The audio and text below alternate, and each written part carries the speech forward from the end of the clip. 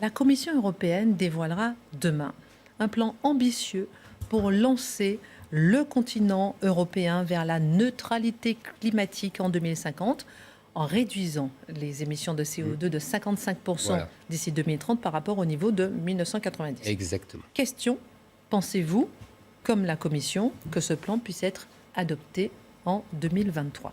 Alors, est-ce qu'il sera adopté? Pour l'instant, c'est pas gagné. Il faut bien comprendre que cette histoire de taxe carbone, qu'est-ce que c'est? C'est-à-dire que on va taxer les produits fabriqués à l'extérieur des l'Union frontières et européenne. qui ont été fabriqués dans des conditions qui ne respectent pas les normes environnementales européennes. Ça, c'est la chose simple. Maintenant, c'est une très vieille idée française. Jacques Chirac l'avait déjà proposé, puis Nicolas Sarkozy, puis François Hollande, puis Emmanuel Macron. Alors vous allez me dire, si c'est une si vieille que ça, pourquoi c'est pas déjà? Eh bien tout simplement parce que les Allemands ne veulent pas. Et pourquoi les Allemands ne veulent pas? Pour une raison simple. Les Allemands, eux, contrairement à nous, ils ont une grosse industrie qui exporte énormément. Des exportations qui rapportent des excédents commerciaux faramineux. Je crois que c'était 200 milliards d'euros l'excédent commercial allemand. Je parle sous votre contrôle, mais je crois que c'est ça. C'est colossal. On est en déficit depuis 20 ans, nous, de notre balance commerciale. Donc c'est colossal. Donc ils n'ont pas du tout envie de prendre le risque de subir des mesures de rétorsion par les gens, par les pays chez qui ils exportent. Bon, ça, c'est une première chose. Et donc, c'est pour ça que ça bloque depuis quasiment 15 ans. Deuxième chose, il faut bien comprendre que cette taxation carbone, pour l'instant, n'existe qu'à l'intérieur des frontières. C'est toute la subtilité de la Commission européenne qui, depuis le protocole de Kyoto en 2005, a imposé pour les entreprises européennes un marché des droits carbone. Vous savez, quand on... Droit à polluer. Exactement. Quand on pollue trop, eh ben, on a des droits. Et puis, si on dépasse, eh ben, on doit payer. Si on ne dépasse pas, eh ben, on peut vendre ses droits. Et là aussi, il y a une différence, évidemment, entre l'industrie allemande et l'industrie française. Comme l'industrie allemande est très, très puissante, elle pollue beaucoup. Comme l'industrie française n'est pas très puissante, elle pollue moins. Et donc, ça fait des différences. Et donc, les Allemands, eux, payent beaucoup, ils rachètent beaucoup de droits à polluer. Donc, ça pèse sur leur compétitivité. Tout simplement, vous avez bien compris que pourquoi la Commission européenne veut imposer une taxe carbone à l'extérieur. Elle va vous dire, c'est pour obliger les pays d'autres continents à améliorer leurs Normes environnementales. oui, à respecter davantage de normes plus sévères pour le climat, pour l'environnement, etc. Oui, mais c'est aussi et surtout pour rétablir une bêtise énorme, parce que ce que je viens de vous décrire, ça a coûté à qui? Ça a pesé sur qui? Sur les entreprises européennes. Donc c'est la Commission de Bruxelles qui a mis un boulet de plus à ses propres entreprises, à ces entreprises européennes, à nos entreprises françaises, allemandes, etc. Bravo la Commission. Vous voyez? C'est donc ils essayent de corriger leurs propres bêtises. Et évidemment, puisque pour l'instant, ce sont les entreprises européennes qui payent une taxe carbone que ne payent pas les entreprises étrangères qui viennent sur le marché européen vendre leurs produits. Et donc, ça leur permet d'être beaucoup plus compétitives. Donc, vous voyez, donc ça, je vais vous dire, je suis pour la taxe carbone. Mais, ce n'est pas gagné. On va voir jusqu'où les Allemands vont résister. Peut-être qu'avec les prochaines élections législatives où on annonce la victoire des Verts, peut-être que ça va enfin... Ils sont en moins bonne position, les Verts. CDU remonte fort. Bon, de toute façon, les sondages se trompent régulièrement. Donc voilà. Mais en tout cas, voilà. Voir. Donc ça va dépendre de l'Allemagne. Et puis ensuite, on va voir si vous voulez, cette taxe pourra compenser ce que payent déjà les entreprises européennes. Ça fonctionnera comme un système de vase communicant. C'est-à-dire que la taxe carbone payée par les entreprises non européennes pourront financer des aides aux entreprises européennes pour améliorer leur compétitivité. Une question, est-ce que l'Europe agit contre les gilets jaunes? Il y a ceux d'en haut et ceux d'en bas. Ça, c'est alors là, vous abordez le problème social. Oui. C'est-à-dire que effectivement, moi, je vous ai parlé du problème de la compétitivité des entreprises européennes, et en particulier françaises, qu'on a, vous avez bien compris, poussé à délocaliser. Donc, Bien sûr. Donc c'est pour ça qu'il y a beaucoup moins d'emplois en France. Et c'est pour ça que les Gilets jaunes ont des métiers, exercent des métiers peu rémunérateurs et sur lesquels il y a très peu de promotion sociale parce qu'il n'y a plus d'industrie. Donc ils travaillent comme ils peuvent dans les services où il n'y a pas de promotion sociale. Sauf que il y a un autre souci, c'est que le seul avantage de cette politique de la Commission de Bruxelles, et c'est d'ailleurs voulu, ma copine Madame Verstager parle toujours de la défense du consommateur. Donc le gilet jaune, il est aussi consommateur. Et donc quand il achète des produits, il veut les acheter moins cher. Et donc il est content de cette politique de la Commission. Donc vous voyez, à cause de cette politique de la Commission, on perd de la compétitivité, on perd de l'emploi, donc le gilet jaune est victime de cette politique, mais en même temps, il est le bénéficiaire de cette politique parce que quand il va au supermarché ou dans les grandes surfaces, il achète ses t-shirts et son téléphone, etc., moins cher. Vous voyez, c'est toute l'ambiguïté, toute l'ambivalence de tout ce système. Donc évidemment, vous avez raison, je rappelle que le gilet jaune s'est révolté contre une taxe carbone, car c'est ce que j'allais dire, écologique sur l'essence. Donc évidemment, ils ne sont pas prêts à accepter ce genre de taxe. Mais vous voyez, donc ce système est vraiment très complexe. Alors comment on sort de ce paradoxe ? Je vais vous dire, en fait, c'est très révélateur. La Commission de Bruxelles ne le reconnaîtra jamais, mais c'est un aveu de culpabilité, un premier aveu de culpabilité. C'est-à-dire que la Commission de Bruxelles, depuis 40 ans, a considéré que l'Europe devait être le meilleur élève de la mondialisation. Qu'il devait, en fait, l'Europe n'était que le cheval de Troie de la mondialisation. Elle devait être non pas une Europe forteresse, comme on lui reprochait, mais au contraire, elle devait être un monde en petit. L'Europe n'était pas l'Europe, c'était le monde en petit, c'était la mondialisation, dite heureuse par Alain Minc. Et on s'aperçoit que non seulement ça a créé beaucoup de chômage, mais qu'en plus, on a, comme je l'ai dit, réduit la compétitivité des entreprises européennes, on les a poussées à délocaliser, donc on a perdu de l'emploi, on a perdu de la compétitivité, mais en plus, on a exporté notre pollution. Parce que les produits qu'on achète pas cher, ils sont fabriqués dans quelles conditions ?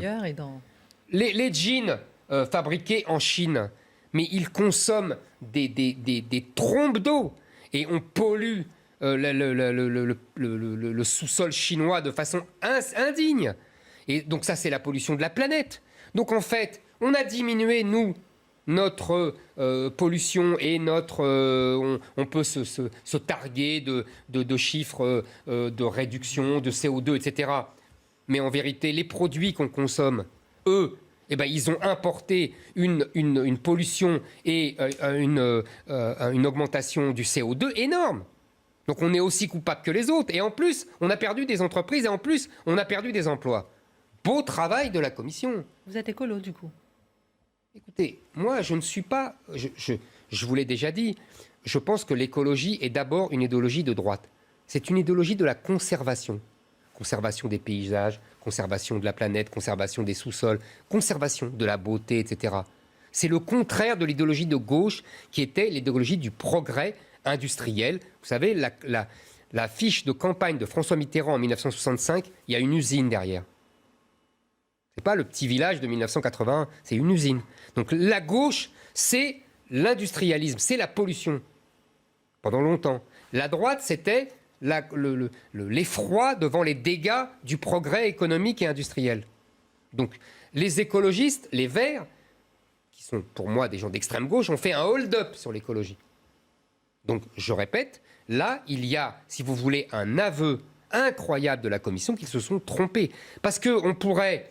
On parle de l'écologie, on parle de l'environnement et on parle du CO2. Mais on pourrait aussi parler des dégâts sur les normes sociales, sur les normes fiscales. Eric nous a parlé des GAFA qui ne payent presque pas d'impôts. Ça, c'est aussi à cause du système voulu par la Commission de Bruxelles et par l'Europe. Pareil pour les normes sociales. Donc, si vous voulez, là, il y a une prise de conscience très tardive des institutions bruxelloises qui comprennent petit à petit que cette mondialisation qu'ils ont tant louée avait des effets pervers dramatiques. Et donc ils essayent de corriger.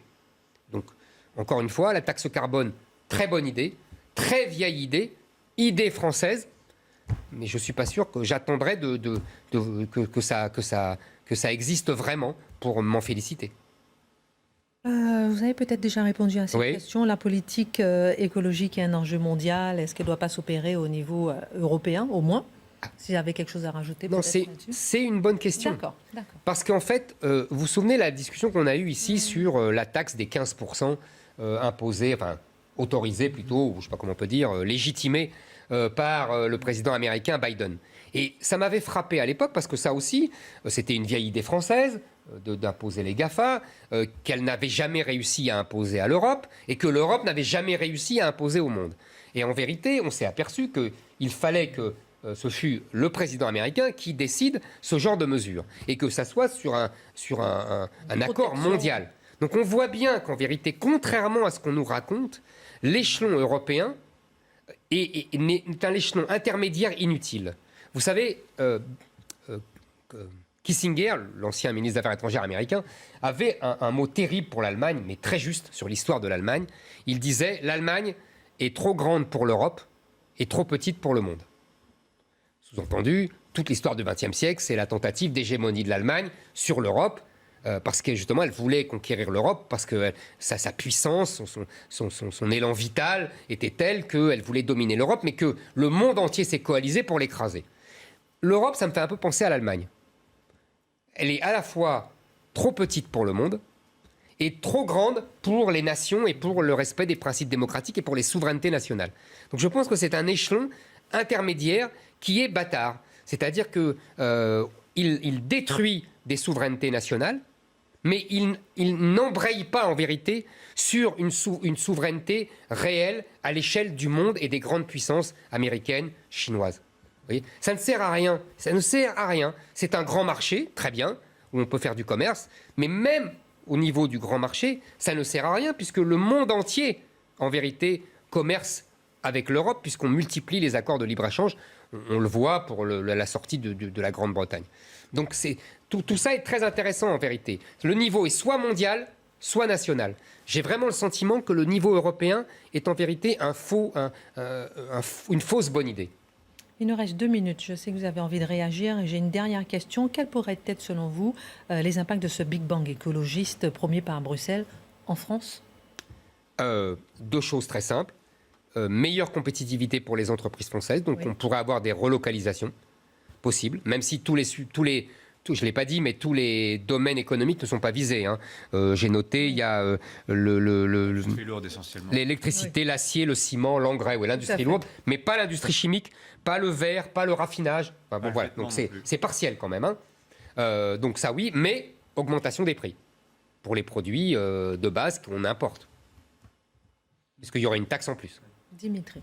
Il y a deux aspects. C'est vrai qu'il y a la taxe extérieure pour le reste du monde et il y a le marché européen du carbone. Mais ce qu'on constate sur le marché européen du carbone, c'est qu'il avait beaucoup baissé parce que les industriels ont fait d'énormes progrès. Ah ben oui, mais si. Et ils ont délocalisé aussi. Et aujourd'hui, oui, c'est vrai. Mais c'est-à-dire qu'aussi, je pense qu'il y a aussi cette dimension vertueuse, qui peut être vertueuse, de dire l'industriel, plutôt que de payer très cher ses quotas carbone, se dira j'ai intérêt à investir dans des technologies qui ensuite... Alors, Éric de Ridmaten, vous avez raison, c'est trop optimiste. Je vous laisse le mot de la fin. Juste, c'est plus une question que j'avais à vous poser. Comment ça se fait que l'Allemagne, l'Italie, la France se laissent faire et se couchent devant Bruxelles? Là, sur l'automobile, la norme Euro 7, c'est la fin des moteurs essence. D'accord. On prend la dernière question de Marc Menant et on vous laisse le mot de la fin. C'est une bonne question parce que oui, absolument. Mais il y a un côté criminel des gouvernements. Oui, mais là on occulte la réalité. Devant l'idéologie. C'est comme les voitures. Les voitures, on les envoie où? En Afrique, elles vont continuer à polluer. Le sable, il nous vient d'où? Il n'y a plus de sable, etc. C'est-à-dire qu'on essaie de régler un problème mondial dans des coins locaux. Mais c'est sur la globalité qu'on peut résoudre. Donc c'est ce que j'ai dit pour les jeans. C'est exactement pour la fabrication des jeans. Mais les voitures, on va les envoyer. Mais bien On ne sûr. pourra pas avoir des voitures électriques, même si c'était la bonne recette en Afrique. Ils n'ont pas les structures. L'émission est terminée. Merci beaucoup. Non, mais moralité, et puis peut-être rebondir en dernier mot. Non, moralité, je pense effectivement que, je vous dis, je maintiens mon analyse de tout à l'heure, c'est-à-dire que je pense que, contrairement à ce qu'on nous dit, l'Europe est un niveau qui n'est pas opérationnel. C'est soit le niveau national pour régler les problèmes de la nation, soit le niveau mondial pour régler tout ce qu'on a dit.